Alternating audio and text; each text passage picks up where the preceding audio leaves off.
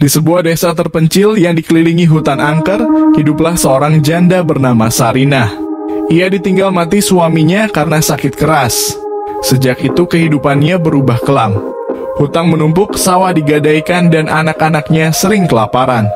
Dalam kesedihan dan keputusasaan, Sarinah mulai sering menyendiri di kuburan tua dekat hutan. Ia meratap berdoa, tetapi lama-lama keputusasaannya membuatnya berpaling ke jalan gelap. Suatu malam ketika hujan deras mengguyur desa, Sarinah bermimpi didatangi sosok tinggi besar berwajah hitam legam. Sosok itu berkata, "Aku bisa memberikanmu harta berlimpah, asal kau berani memberi tumbal setiap tahun." Sarinah terbangun dengan tubuh gemetar, tapi di hatinya muncul godaan, "Jika aku kaya, semua masalah selesai. Anak-anakku bahagia." Mimpi itu berulang 3 malam berturut-turut sampai akhirnya ia nekat mengikuti petunjuk gaib membawa kemenyan, sesaji, dan ayam hitam ke hutan tengah malam. Di hutan angin berdesir aneh. Tiba-tiba muncul sosok makhluk gaib yang sama dengan mimpinya. Ia memperkenalkan diri sebagai Mbah Jagat, penunggu hutan. Dengan suara berat ia berkata, "Mulai malam ini kau akan mendapat emas, uang, dan tanah. Tapi ingat, setiap tahun kau harus mengorbankan darah keturunanmu." Sarinah terdiam. Hatinya berperang antara kasih sayang dan keserakahan. Tapi akhirnya ia menunduk dan mengangguk. Sekejap tanah bergetar. Dari dalam bumi keluar peti kecil berisi emas dan uang. Sarinah pulang dengan wajah penuh kegembiraan meski hatinya diselimuti rasa takut. Beberapa bulan kemudian kehidupan Sarinah berubah drastis. Rumahnya diperbaiki, sawahnya bertambah luas, dan ia sering membagi-bagi uang di pasar. Orang-orang desa mulai heran dari mana datangnya kekayaan itu.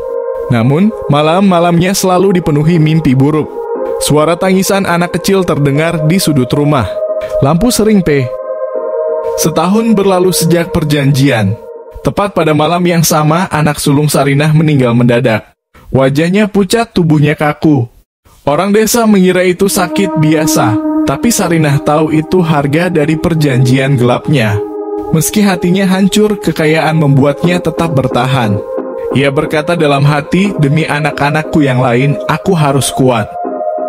Tahun berikutnya, giliran anak keduanya yang tiba-tiba meninggal. Kali ini, warga desa mulai curiga.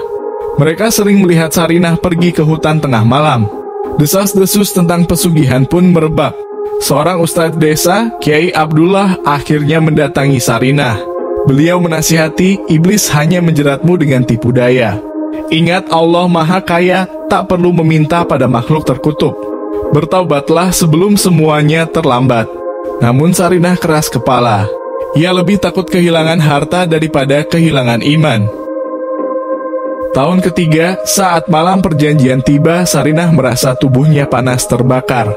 Suara gaib menggema di telinganya, "Kini giliranmu yang jadi tumbal."